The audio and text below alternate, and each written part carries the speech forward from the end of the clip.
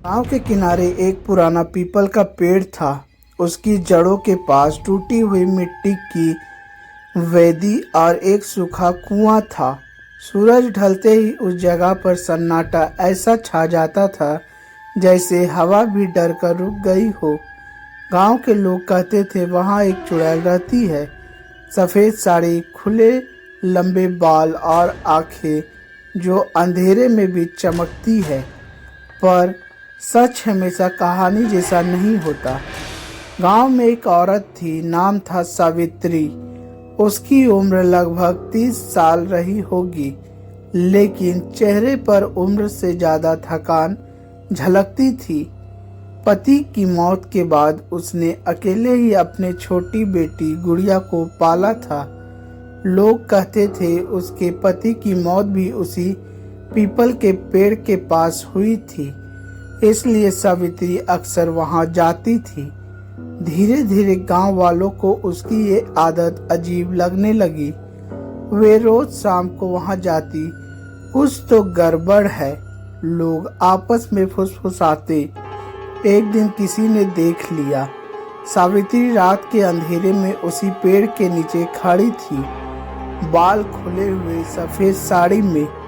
हवा तेज चल रही थी और उसकी परछाई जमीन पर अजीब तरह से हिल रही थी। बस फिर क्या था, अगले ही दिन गांव में खबर फैल गई, वो औरत अब चुड़ैल बन चुकी है। लोगों ने उसे दूरी बनाना शुरू कर दिया। बच्चे उसे देखकर भाग जाते और औरतें उसे अपशगुन मानने लगी। कोई उसके घर के पास भी नहीं जाता था। सावित्री समझ नहीं पा रही थी कि अचानक सब उससे क्यों डरने लगे। एक रात उसकी बेटी गुड़िया बीमार पड़ गई। तेज बुखार, कांपता शरीर। सावित्री घबरा कर गांव के तांत्रिक के पास गई। मुझे माफ कर दो, मैं तुम्हारे घर नहीं आ सकता, तांत्रिक ने दरवाजा बंद करते हुए कहा।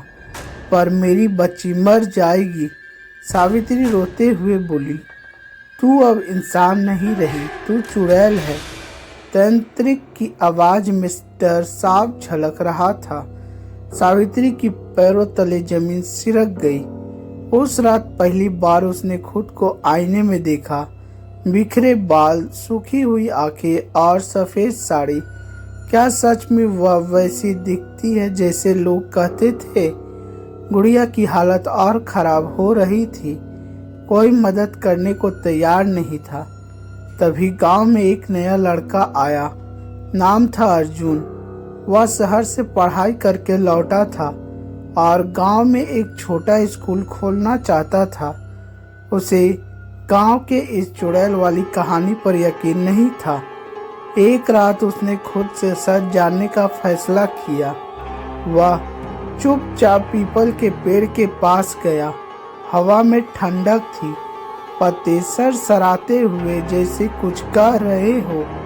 तभी उसने देखा सावित्री वहां खड़ी थी, लेकिन वह किसी को डराने के लिए नहीं, रो रही थी।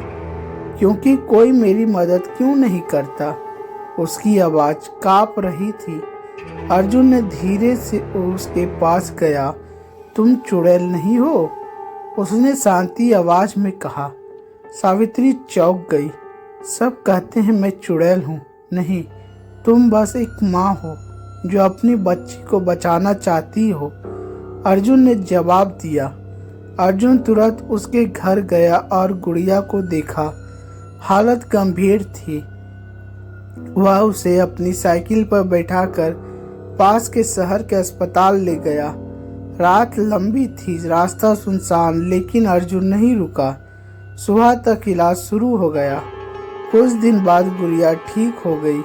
सावित्री की आंखों में पहली बार खुशी थी। जब वह गांव लौटी तो लोगों ने उसे देखकर चौंक गए। ये जिंदा कैसे है? किसी ने फुसफुसाया। अर्जुन ने सबके सामने सच्चाई बताई। जिसे तुम चुड़ैल समझ रहे थे वह बस एक बेबस माँ थी।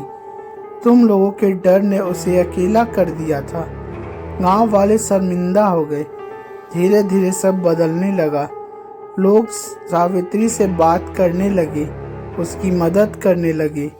बच्चों ने फिर से उसके घर के पास खेलना शुरू किया और वह पीपल का पेड़ अब भी वहाँ खड़ा था, लेकिन अब वह डर के जगह नहीं, एक सीख बन चुका था।